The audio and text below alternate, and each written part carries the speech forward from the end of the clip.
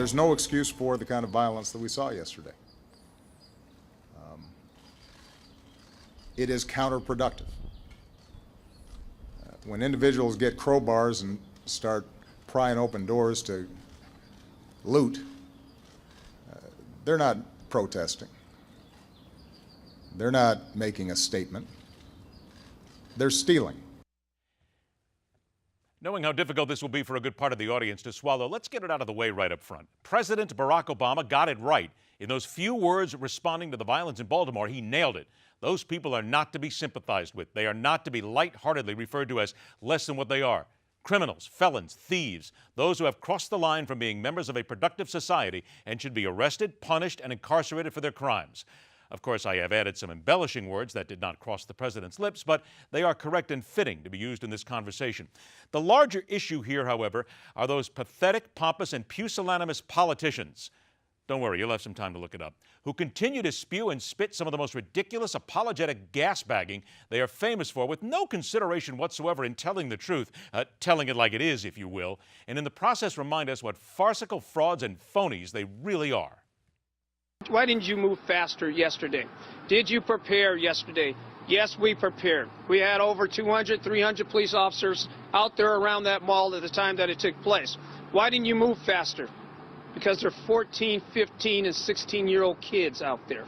Do you want people using force on 14, 15, 16-year-old kids that are out there?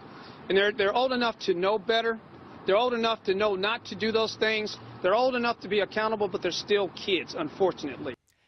The Baltimore Police Commissioner is forced to be as PC as possible and thus is unable to deliver the facts and the truth. Yes, greater force should have been used. His assertion that these were just a bunch of teenage kids loses all reason when you recall these kids were throwing rocks and projectiles at anything that moved, took part in the burning of buildings, participated in the brutal beating of bystanders, torched police cars, and looted everything from prescription drugs to toilet paper.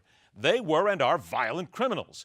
And if, as the commissioner pointed out, they knew better, then they also know about consequences and deserve to be hammered with them as any adult would be once they cross that line. Which brings us then to those with a public forum who cross the line of intelligence, common sense, and telling the truth, no matter how hard it might hurt. A very long time ago, and continue to dribble on when, in essence, they have not been relevant for decades. This is lawless gangs of thugs roaming the streets, causing damage to property and injuring innocent people, and we're not going to tolerate that. Lawless gangs of thugs, Reverend Jackson, your response? Well, I think such language does not aid the situation. For example, those people, those bankers who engaged in subprime and predatory lending and took people's homes and drove them out of middle class into poverty, what is their name? 111 killings in 3 years in one area. What do you call those who did the killing? Well, there was no camera.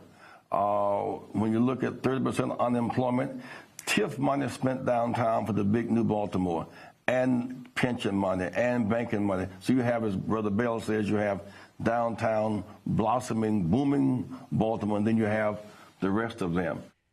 Come on, you gotta love Jesse Jackson for no other reason than the entertainment value of a failed hack politician who continues to believe for some mind-addled reason that anything he says has a level of importance rivaling that of a Lindsay Lohan comeback tour. How seamlessly he manages to seek directing attention away from the issue at hand and then slathering any answer with any commentary that will seek to, and often does, misdirect the fellow mentally incapacitated to some incredulous conclusion that blames anybody and everybody save for those actually responsible, like Jesse Jackson. Mark him and the rest down as a cause for the Baltimore riots, because when you continuously whitewash the brains of the gullible with misdirection and lies, they swallow it whole and often take any semblance of human dignity and common sense with them. Start listening to what these people are saying, start questioning what they are saying, and don't always let them get away with it, because quite frankly, there are many people out there, like the Reverend, who are simply losing and using you, the general public, to get their opinion across. And it's not a very good one. That's my opinion, telling it like it is. Rock on, true believers. Thanks so much for joining us. We're back here Friday on the fastest 60 minutes in news talk.